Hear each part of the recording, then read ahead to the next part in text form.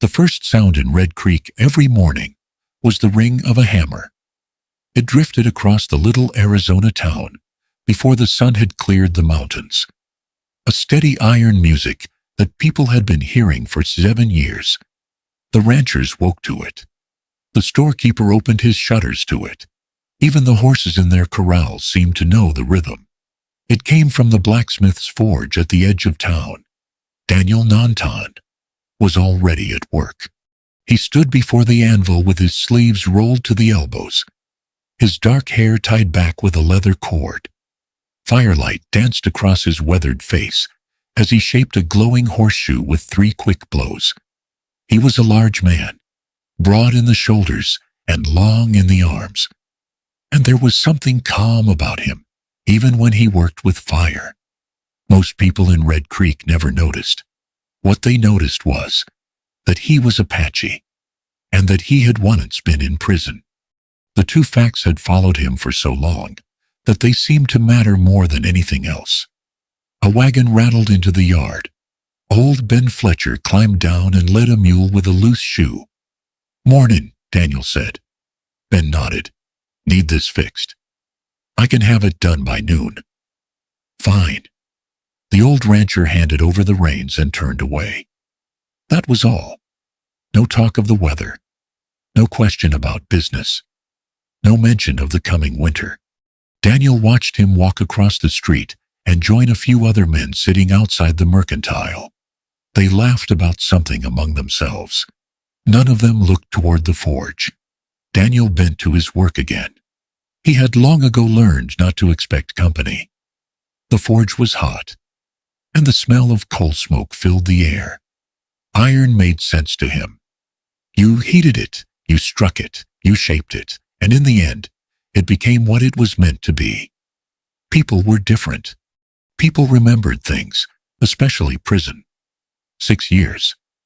That was all most of Red Creek knew about him. 6 years behind stone walls. 6 years wearing a number instead of a name. No one asked what had happened. No one waited. A man who had been to prison was a man to keep at arm's length. That was enough. The town needed his work, but it did not need him. He no longer sat in the front pew at church. He no longer stepped inside the saloon, except to repair a hinge or straighten a poker. He had stopped trying to join conversations years ago. After a while, a man learned where he belonged, or where he didn't. By late afternoon, he had finished the mule's shoe and repaired a broken plow besides. Ben Fletcher returned, counted out his coins, and left without another word. Daniel watched him go. Then he banked the fire and walked up the small rise behind the forge. His house stood there alone beneath a cottonwood tree. It was plain but neat. With a porch that faced the mountains, a canvas mailbag rested beside the door. The stagecoach had come through. There was only one letter. Daniel frowned. He recognized the handwriting at once. Mrs. Agnes Bell, the widow in Missouri who arranged marriages through newspaper advertisements, months ago. On a cold evening that now seemed foolish, he had written to her. He had nearly forgotten about it. He opened the envelope. Inside was a short note explaining that a widow from St. Louis had answered his advertisement and intended to travel west to meet him. For a long while, he simply stood there. The evening wind stirred the leaves above him. Somewhere down in town, a dog barked. A woman. Coming all this way to meet an Apache blacksmith who had once worn prison stripes. He folded the letter slowly and slipped it into his shirt pocket. The mountains were turning gold in the last light. He should have felt hope. Instead, he felt something heavy settle inside him. He knew how this would end. The woman would arrive. She would hear the whispers. She would look at him, and then she would leave. People always did, at 37 years old. Daniel Nantan had learned not to expect too much from life, certainly not happiness. He sat down on the porch steps and looked toward the darkening valley. After a long while, he sighed softly. "Poor woman," he said. because he was already sorry she had decided to come. The following Thursday, the eastbound stage rolled toward Red Creek in a cloud of pale dust. Daniel had not meant to go. He had told himself all week that he would simply keep working at the forge and let the woman find her own way to his door.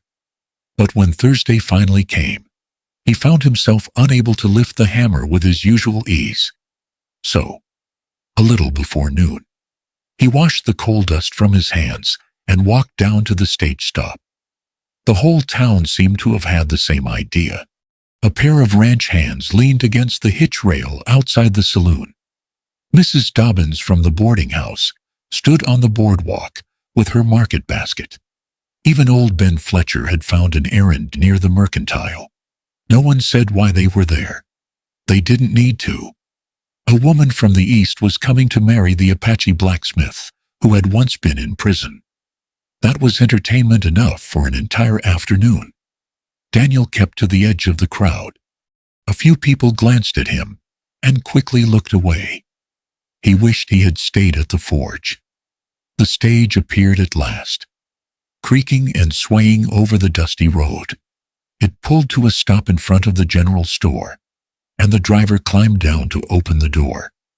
A man in a brown suit stepped out first, then an elderly woman, then finally, a lady in a gray traveling dress. She paused on the step and looked around. She could not have been more than 35. She was slender, with chestnut hair tucked beneath a simple hat. There was nothing remarkable about her except her eyes. They seemed to take in everything at once. The driver lowered her trunk onto the boardwalk. The town waited. Someone coughed. Somewhere behind Daniel, a man chuckled softly. The woman turned slowly, searching the faces before her. Then she saw him. Daniel had faced angry men, prison guards, and summer storms in the mountains. Yet in that moment, he wished himself anywhere else. She would see him. She would hear the whispers. She would understand what sort of mistake she had made. For several seconds, she simply looked at him. Then she smiled. Not a wide smile, not a foolish one. Just the smile of someone who had finally found the person she had been looking for. She picked up her skirts and crossed the boardwalk. The crowd seemed to part without meaning to. She stopped in front of him and held out her hand. "Mr. Nantan," she said. Her voice was soft but clear. Daniel removed his hat. "Yes, ma'am. I'm Eleanor Whitfield." For a moment, he forgot to take her hand. Then he did. Her glove was cool from the journey. "I've come a very long way," she said, "to meet an honest man." Silence fell over the street. Daniel heard the creak of the stagecoach and the distant whinny of a horse. That was all. No one had ever greeted him that way. Honest. The word seemed strange when spoken to him. At last he cleared his throat. "I appreciate your coming, Mrs. Whitfield." She smiled again. "I believe we've both come too far for formalities. You may call me Eleanor." He nodded once, "And you may call me Daniel." Behind them, someone muttered in surprise. Eleanor paid no attention. "Do you have room for a trunk?" she asked. "I brought the wagon." "Good," she said. "I was hoping you had." There was something so practical about the answer that Daniel almost smiled. He caught himself just in time. Together they walked toward his wagon.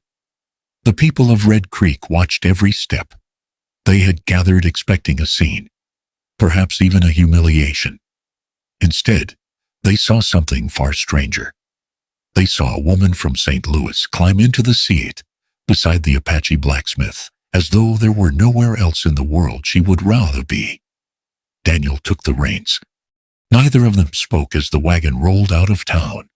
But for the first time in many years, he found himself wondering if perhaps he had been wrong about how this day would end. The road out of town climbed gently toward the rise behind the blacksmith shop. Neither Daniel nor Eleanor spoke much during the drive. The silence between them was not uncomfortable.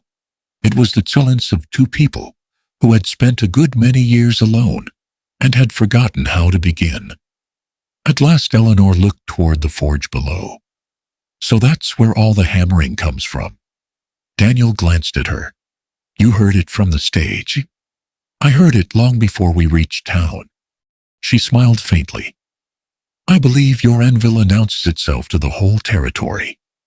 To his own surprise, Daniel let out a quiet laugh. It was a deep sound, rough from lack of use.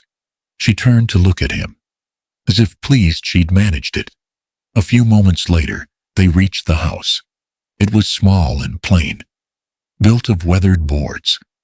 With a porch that faced the mountains, a cottonwood tree stood beside it, its leaves already beginning to turn yellow. Daniel climbed down and lifted her trunk from the wagon. I ought to warn you, he said.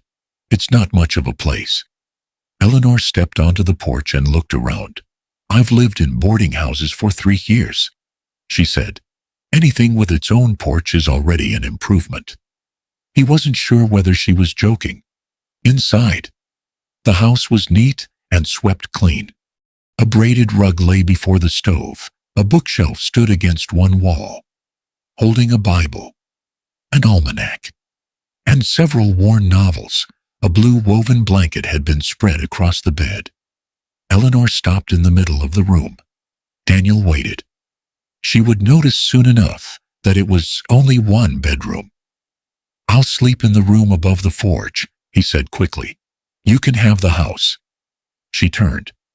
You've already decided that. It seems proper. And where will you eat? He blinked. I hadn't thought much about it, or where you'll sit in the evenings. Again. He had no answer. She set her gloves upon the table. Mr. Nantan, Daniel, I did not travel nearly 2,000 miles to turn you out of your own home. The words caught him off guard. I only meant to make you comfortable. I know. She looked around once more. It's a lovely house. He stared at her. No one had ever called it lovely. Most people simply called it the Apache's place. She walked to the bookshelf and touched the spine of one of the novels. You read. Sometimes. I didn't expect that. He felt a familiar sting. What did you expect? She looked up and immediately seemed to understand what she had said. I don't mean because you're Apache. He waited. I mean because blacksmiths are usually too tired at the end of the day to read. The answer was so earnest that he almost smiled again. I read in the winters, he said. She nodded as though that made perfect sense. Then she noticed the cedar flute resting on the mantel. Is that yours? Yes. Do you play? A little. I'd like to hear it someday. No one had ever asked him that. Either. A strange feeling settled over him. It was not happiness exactly. More like the first warmth after a long winter. Eleanor crossed to the window and looked toward the mountains. They're beautiful. They are. Were you born here? No. In New Mexico. And yet this is home. Daniel considered. I suppose it is. She turned back to him. I think perhaps I've come looking for one of those. A mountain. She laughed softly. No. A home. The room grew quiet outside. The evening light turned golden across the valley. Daniel realized she looked tired. Very tired. The journey from St. Louis had been long. You should rest, he said. She nodded. Perhaps I should. He moved toward the door. I'll bring in your trunk. Thank you. He hesitated. Mrs. Witt. She smiled. Eleanor. He cleared his throat. Eleanor, there's something you should know. She waited. If, after a day or two, you decide this isn't what you expected, if you wish to return east, I won't think poorly of you. For a long moment, she simply looked at him. Then she said gently, You seem very certain I'll leave. He lowered his eyes. I've learned not to expect people to stay." Silence hung between them. At last she spoke. "Then perhaps," she said softly, "we should both try not to decide tomorrow before it arrives." And with that, she gave him a small, warm smile. For the second time that day, Daniel Nantan found himself without an answer. By the time the first cold nights came to Red Creek, people had stopped staring whenever Eleanor walked into town.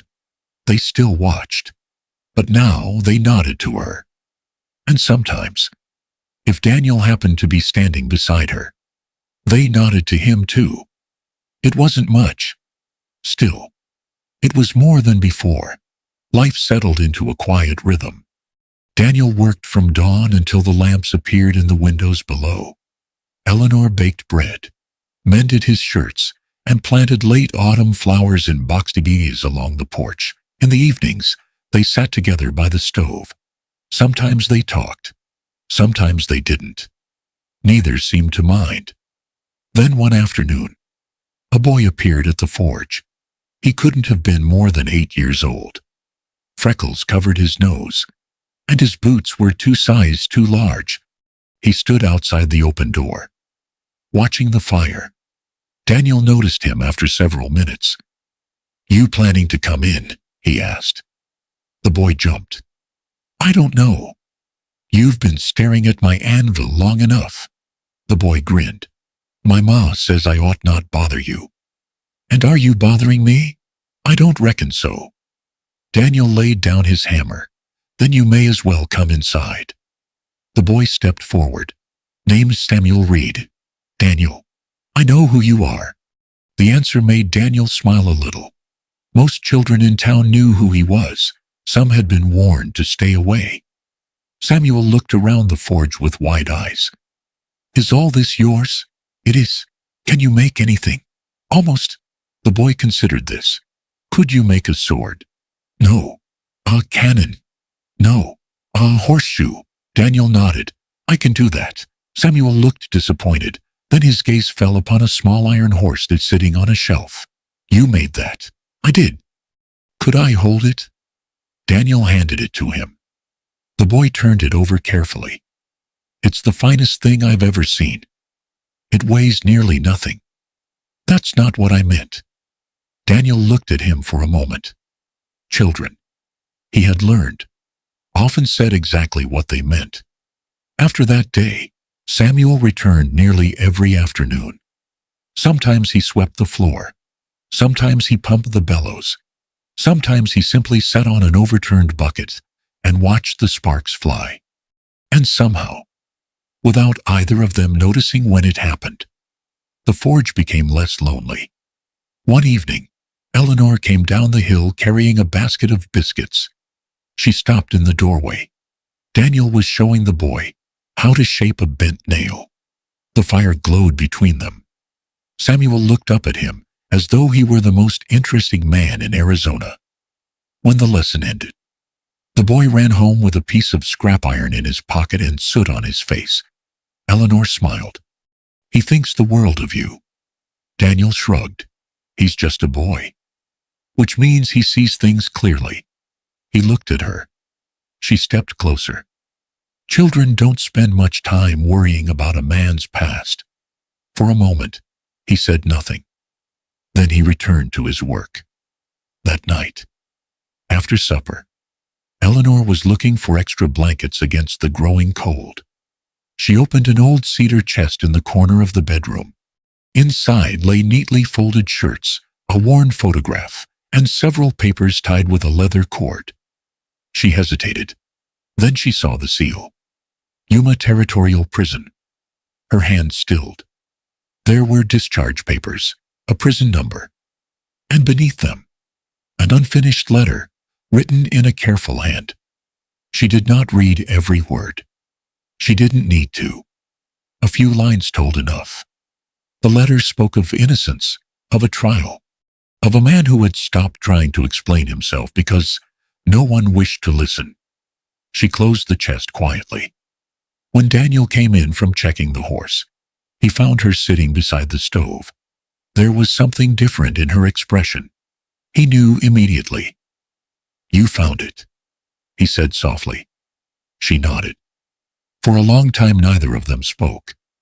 Then she asked the question no one in Red Creek ever had. "Daniel, what happened?" The room seemed to grow very still. He looked into the fire, and for the first time in many years, he began to tell the story. Daniel spoke for a long time that night. The fire in the stove burned low while he sat in his chair, his hands resting on his knees. He told her about the ranch where he had once worked south of Tucson, about the shooting that had left a man dead, about being found beside the body with blood on his shirt and no witness willing to speak for him. "I didn't kill him," he said quietly. "I never did."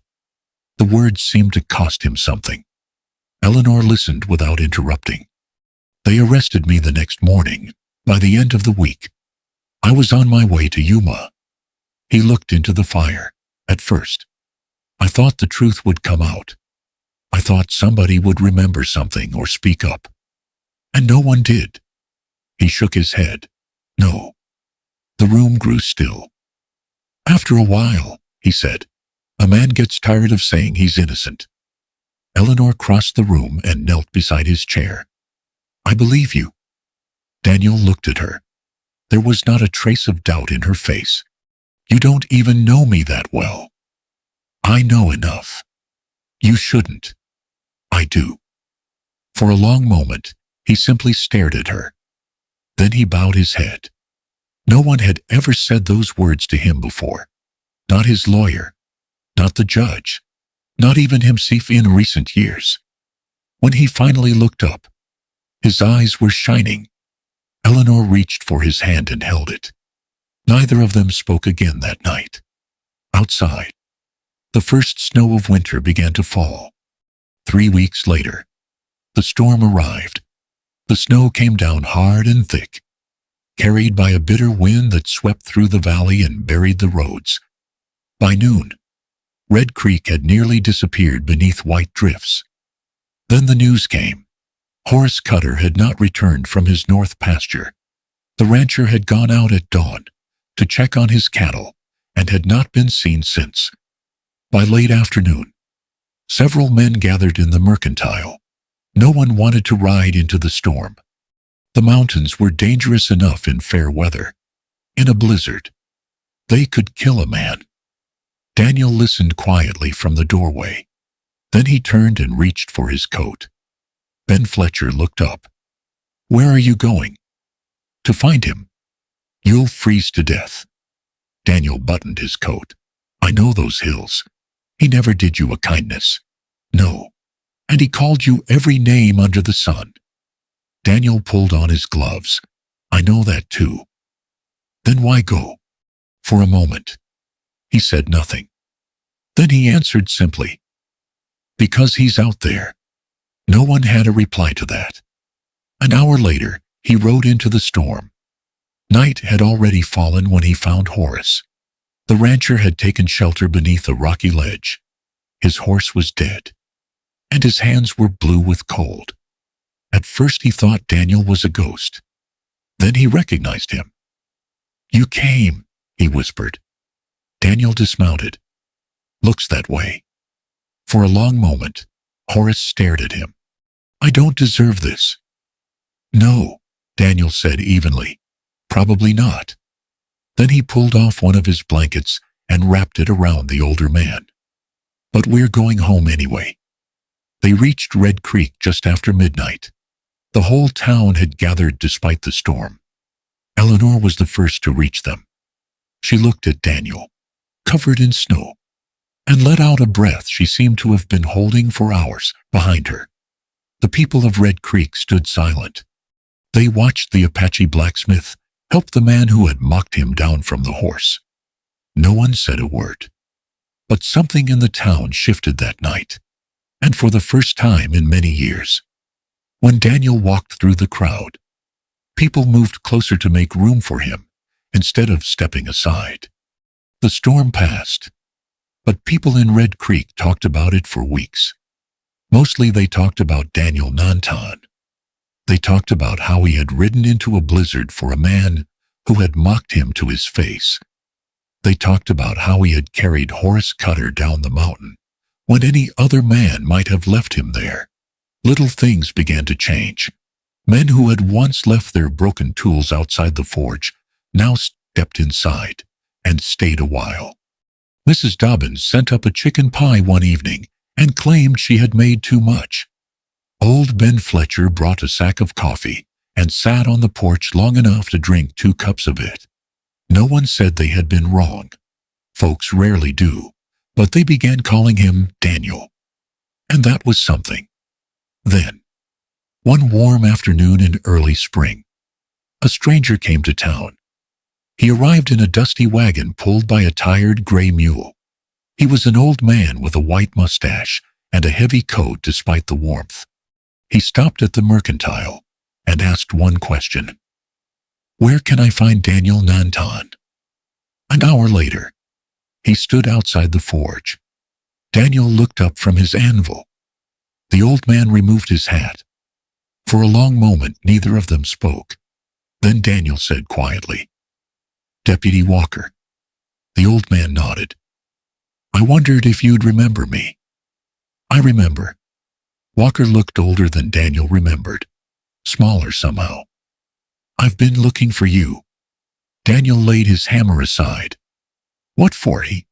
The old deputy glanced toward the open door of the forge. "Mind if I sit?" They sat on the bench outside. The afternoon was warm. Somewhere down the street a dog barked. Walker folded his hat in his hands. "I'm dying," he said simply. Daniel said nothing. "The doctor in Tucson gives me 6 months at best." The 2 men sat in silence. At length Walker sighed. "There are things a man shouldn't carry into the next world." Daniel looked at him. The old deputy's hands trembled. "I came because of what happened 20 years ago." The valley seemed to grow quiet. "You never belonged in Yuma." Daniel did not move. "There wasn't enough evidence to convict you. We all knew it." Still he said nothing. Walker swallowed. But the rancher who was killed had friends, important friends. The town wanted someone to answer for it. He looked down at his hands. "And you were an Apache standing in the wrong place at the wrong time." The words hung in the air. "I should have spoken up." The old man said, "I should have fought harder. But I didn't." His voice broke. "I let them send you away." For a long while, there was only the sound of the wind moving through the cottonwood tree. Then Walker whispered, "I'm sorry." Daniel stared out toward the mountains. 20 years. He had imagined this moment 1,000 times. He had imagined anger. He had imagined shouting. He had imagined demanding to know why. Instead, he felt only a strange weariness, as if he had already buried the hurt long ago. The old deputy looked at him. "Say something." Daniel turned slowly. "You should have come sooner."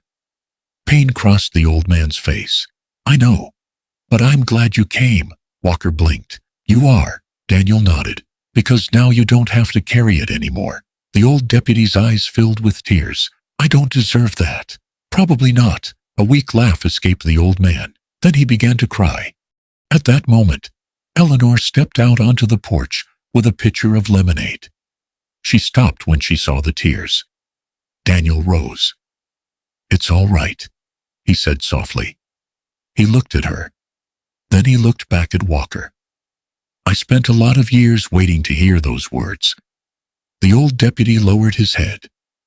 "But the truth is," Daniel smiled gently, "I don't need them anymore."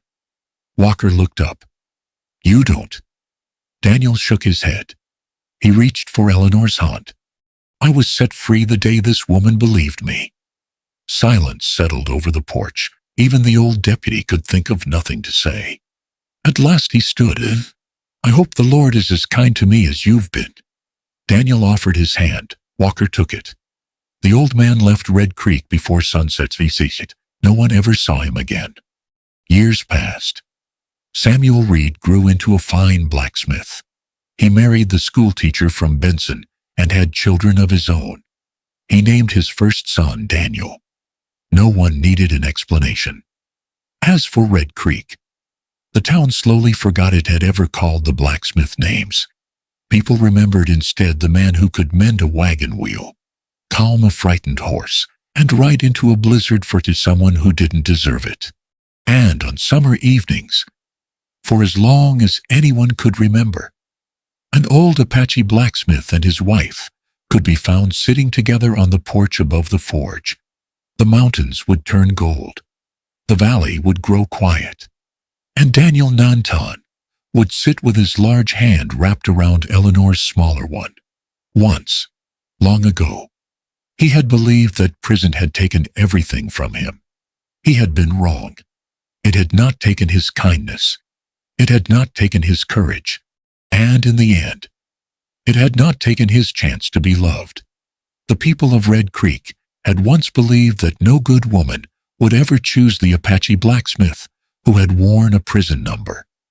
In time, they learned they had been wrong about two things. The first was the man. The second was the woman who chose him.